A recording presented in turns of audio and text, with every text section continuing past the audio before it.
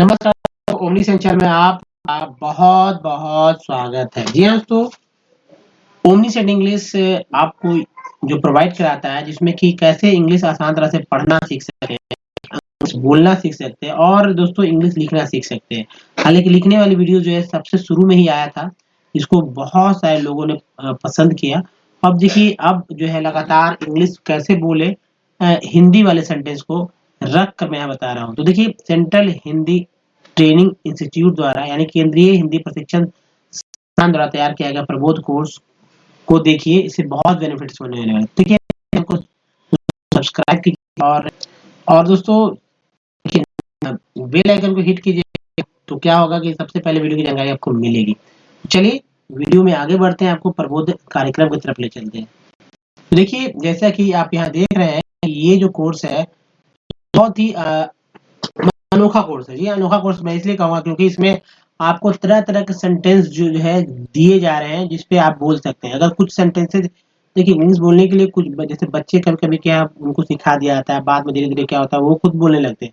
उसी तरह आपको भी कुछ चीज़ जो है मैं यहाँ सिखा दे रहा हूँ और उसे याद कर लेने के बाद सेंटेंसेस को कैसे बोलना है उसको याद कर लेने के बाद आप बहुत अच्छे से बोलेंगे, लेकिन उनको आपको करना होगा। देखिए, प्रबोध कार्य पाठ्यक्रम जी यानी course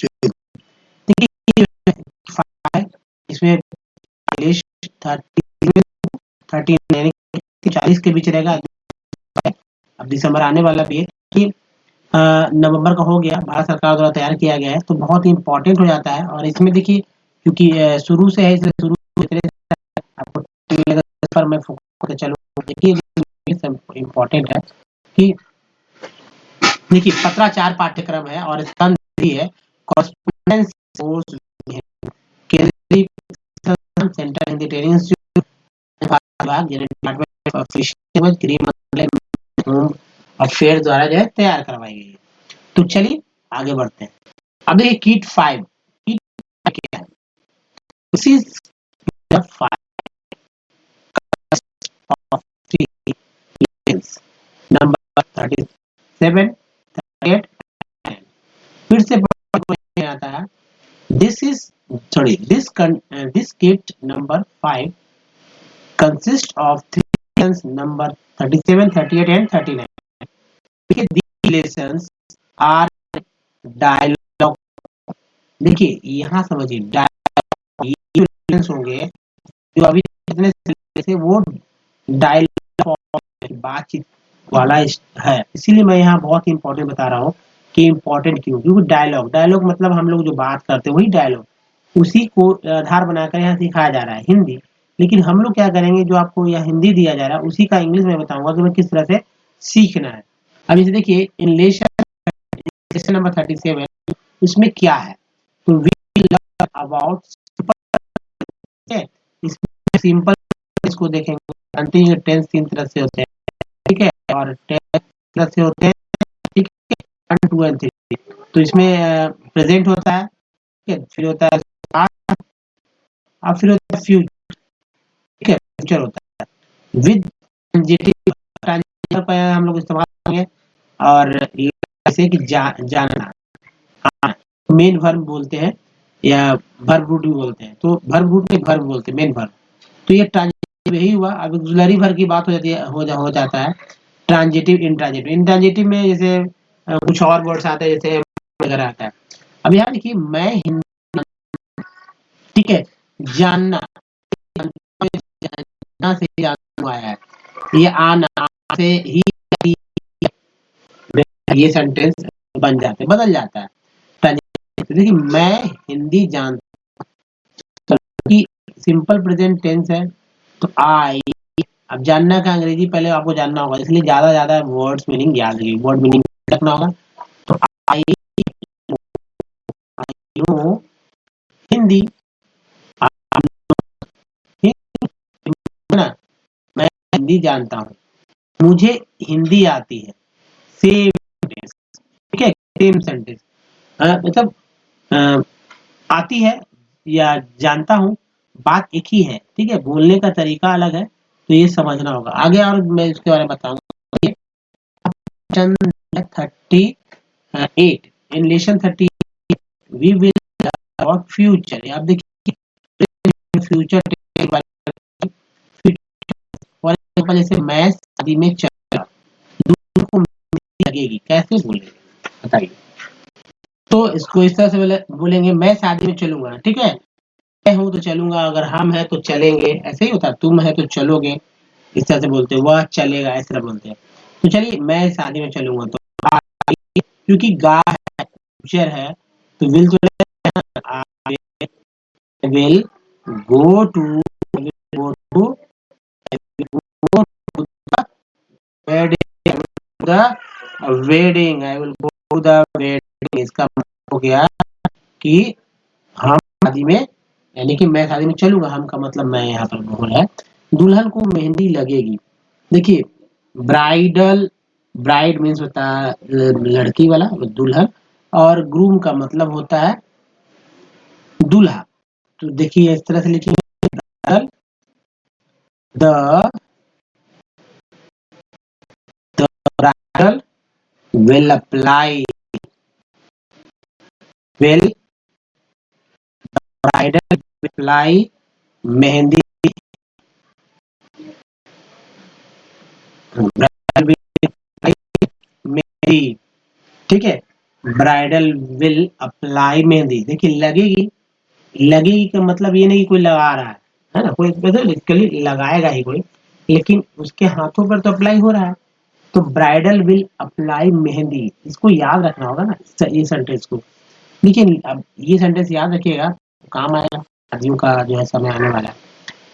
We learn about simple past, future भी हो गया, विद इंट्रांजिटिव वर्ब का क्या मतलब है, जैसे ही, जैसे देखिए समझ में आएगा, वह कल लौटा,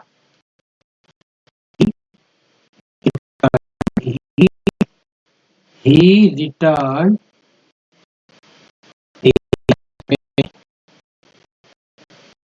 he returned yesterday, मैं दफ्तर पहुंची, reached, I reached the office, I reached the office, मैं दफ्तर पहुंची, ठीक है। तो ये आप में आ रहा है, सब सारे सेंटेंस याद लिखिए। अब देखिए 37 में बेस करा ही दे, जैसे देखिए जिनको नहीं पढ़ने आता इंग्लिश वो यहाँ पढ़ना भी सीखे, ठीक है, उनको बहुत जरूरी है सीखना। देखिए दिस इज कन्वर्सेशन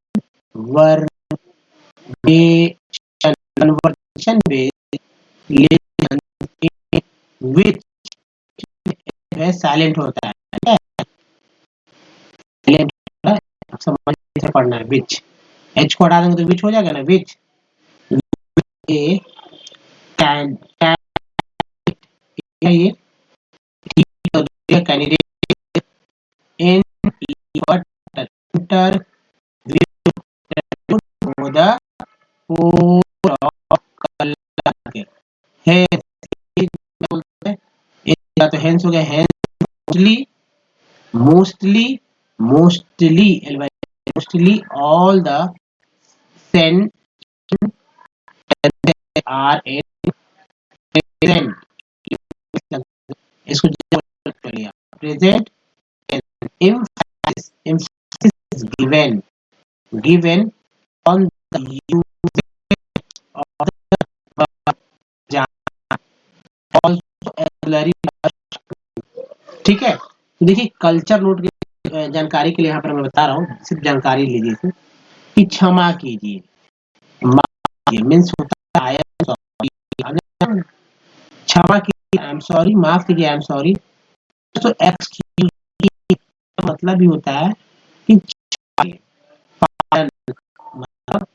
करिए, क्षमा करिए, तीनों, आई am sorry, sorry pardon me, मुझे क्षमा करिए, मुझे माफ करिए, मुझे क्षमा करिए, यानी I am sorry, excuse me और pardon me, sorry excuse me और पार्डन मी तीनों, and I beg your pardon, and लिख याद कीजिए, I am sorry, excuse me, pardon me, I beg your pardon. I am sorry, excuse me, pardon me, I beg your pardon. 4 तरह से इसे बोल सकते हैं। ये 2 सेंटेंस में यू फॉर एन जब किसी को, देखो बता रहे थे कि जब किसी को हम लोग किसी को अवरोध देते हैं ना, इंटरप्शन में किसी को तंग मतलब कह सकते हैं, किसी को कोई मतलब 4 के बीच में से आप जा रहे हैं तब बोल सकते हैं एक्सक्यूज मी, ठीक है। अगर आप 2 आदमी बात कर रहे हैं, 4 आदमी बात कर रहे हैं, बात किसी का सुनाई नहीं दे रहा तो आप पार्डन मी बोल सकते हैं। या आपको इसी तरह लग रहा है कि भाई उसने कुछ बोला मुझे समझ में भी नहीं आया तो आप आई बेग योर पार्डन बोल सकते हैं। अगर आपसे गलती हो गई 4 के बीच में तो आप आई एम सॉरी बोल सकते हैं। ये कंडीशन अलग-अलग है, ये समझना होगा। लेकिन कम से कम ये तो समझ में आया कि भाई क्षमा कीजिए, माफ कीजिए, इसका मतलब क्या होता है, कितनी तरह से बोल सकते हैं, ठीक है।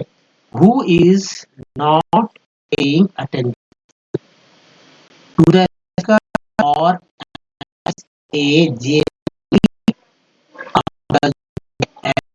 that is used to express regret for not doing something when we want to get some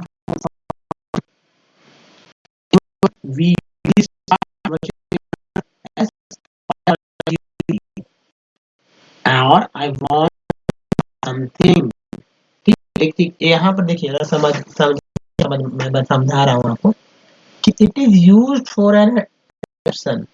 जब जैसे कि अवरोध हो, किसी के बीच में अवरोध दे रहे हो, तो जो कि हु इज नॉट पेइंग, जो कि आपको अटेंशन नहीं दे रहा है ना, टू द स्पीकर, जो बोलने वाला है वो आपको अटेंशन नहीं दे रहा है, या कब बोल रहा है, है ना, पार्डन मी या एक्सक्यूज मी, या और जैसे कि जेन्युइनली आप किसी को मतलब आप बोल रहे हैं भाई कि आपको दुख मतलब दुख है, आपको दुख है तो आप बोलिए, कुछ नहीं जा रहे हैं तो बोलिए कि आई एम सॉरी। जब आप इंफॉर्मेशन, जी हाँ, कुछ इंफॉर्मेशन किसी से ले रहे हो, है ना, और यूजुअली स्टार्ट कन्वर्सेशन, तो आप पार्डन मी बोल सकते हैं, एक्सक्यूज मी बोल सकते हैं, या I want thing, I want ask, मैं कुछ पूछना चाहता हूँ, ठीक है। इसका नीचे इंग्लिश लिखा हुआ है, सॉरी हिंदी लिखा हुआ है, मैं कुछ चाहता हूँ, जो कैसे बोलेंगे, मैं पूछता हूँ, I want to ask something, ठीक है, इतना I want ask to something, I want ask to, I want to, sorry I want to ask something, I want to ask, पूछना चाहती हूँ, सेंटेंस सेंटेंस चाहती हूँ, कोई दिक्कत नहीं, चाहिए आप। तो ये तो आपने देखा। अब दोस्तों यहाँ ग्रामेटिकल समझिए, ग्रामेटिकल नोट क्या होता है के बारे में जानकारी आपको मिल जाए, बहुत ही जानकारी होना भी चाहिए। जैसे एक नंबर देखिए, जानना, यूज लाइक एनी अदर, है ना, जैसे दूसरा वर्ब है उसी तरह जानना का भी वही वर्ब है। इट मीन्स टू, मीन्स इसका अंग्रेजी हो गया, जानना का अंग्रेजी हो गया टू। आई नो हिंदी, जानता हूँ, देखिए मैं हिंदी जानता हूँ। राम डांस, यहाँ भी no, Ram knows dancing, Ram नाच, नाचना यहाँ तक, राम नाचना, Ram knows dancing in Hindi.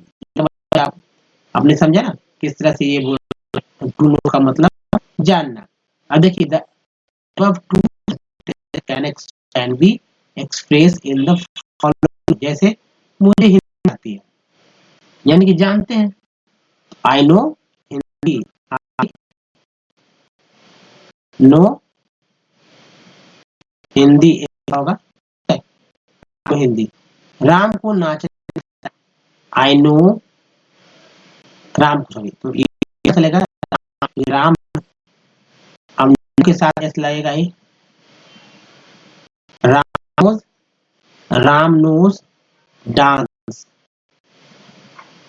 Ram नाचना आता है, नाच रहा नहीं है या नाचना जानता नहीं है, डांस डांसिंग हो सकते दोनों, सुहानी को तैरना आता है, तो सुहानी सुहानी सुहानी knows स्विमिंग, या मतलब नहीं स्विमिंग हो जाएगा क्योंकि ये डांसिंग, ये नाउन बन जाएगा, फिर हो जाएगा, फिर ये डबल वर्ब हो जाएगा ना, डांस में फिर नाचना होता है, तो यह डांसिंग ये हो जाएगा, ठीक है। वर्ब स्विमिंग का मतलब है तैरना, तो है ना डांस। मुझे कंप्यूटर आता है, तो यहाँ पर सीधा है I know computer, I know computer, ठीक है। मुझे हिंदी आती है, आई नो हिंदी। राम को नाचना है, राम नोज डांसिंग। सुहानी को तैरना आता है, सुहानी नोज स्विमिंग। बोलना देखिए, दिमाग में रखिए बात को, दिमाग में रखेंगे तो भी चलेगा। मुझे कंप्यूटर आता है, आई नो कंप्यूटर, ठीक है। तो ये है दोस्तों। अब देखिए इसी चीज को बहुत इंपॉर्टेंट है ये। फॉर एग्जाम्पल है ना, ई आई सब dating and verb is in the which changes as a number and gender। तो अब देखिए यहाँ पर जो है कहा जा रहा है कि जिसे तो verb is used is in which changes as a per number and gender, यानी कि जो होता है वो नंबर, ऐसे कि नो की जगह नोज मैंने लिखा, आपको देखा होगा नो लिखा और नो भी लिखा, आपने देखा यहाँ पर।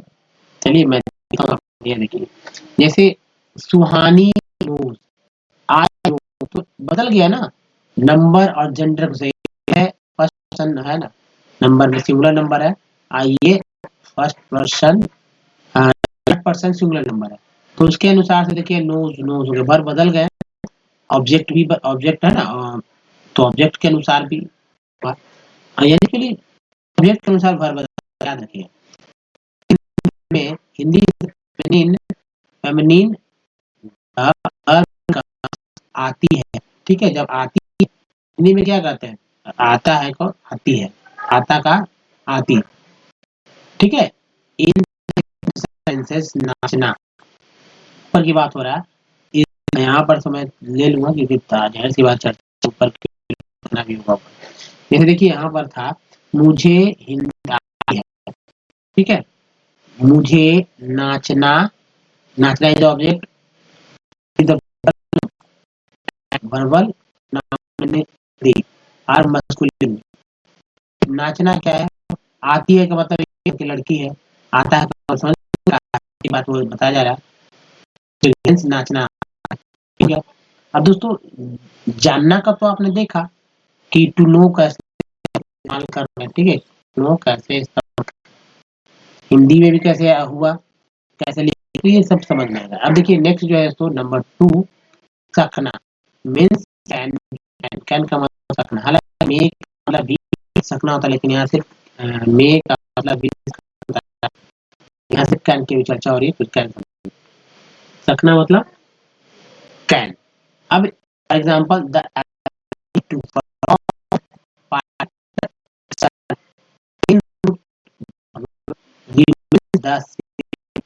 सकना can to change according to the percentage of the sentences, है ना, sentences। शीला कुछ नहीं बोल सकती, भाई बोल सके, शीला बोल सकी, सकना सकती तो नहीं लिखा, तो ऐसे शीला शीला कुछ नहीं बोल सकती है, अगर लगते तो ये ठीक है, लेकिन ऐसा नहीं हुआ, बोलने योग्य नहीं है ना, बोल सकने योग्य नहीं है, तो विल वगैरह लगा लेते हैं। लेकिन अब देखिए ये तो हो गया शीला कुड नॉट, ये कुड वाला जो है ना इफेक्टिव रहता है दूसरे लोगों के सामने, तो Sheela could not speak anything, ये देखिए की, ठीक है, तो इसको लिखेंगे रमा, ठीक है। थोड़ा सा देखिए, इसको थोड़ा सा हम लोग यहाँ से देखेंगे, Rama, Rama could Rama could not singing sing a song, singing a song in conference बोल दीजिए, मीटिंग बोल दीजिए, ठीक है। ये सब दिमाग पर कहाँ क्या हो रहा है। Rama could not singing a song in meeting. मौखिक, मोहन मौखिक परीक्षा पास नहीं हो सका, गा हो गया, हो सका। तो इस तरह से बोलेंगे कि मोहन, यहाँ देखिए मैं कह रहा हूँ, आप जाना होगा कि Mohan could not could not be be। दोस्तों यहाँ पर बी को छोड़कर मतलब पास होना, ठीक है, दोनों। तो Mohan could pass the oral examination, the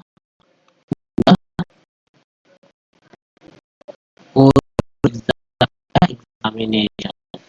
मैं गाना गा सकता हूँ, I can song, I can sing, can बना सकती है। तो किसको बना सकते हैं,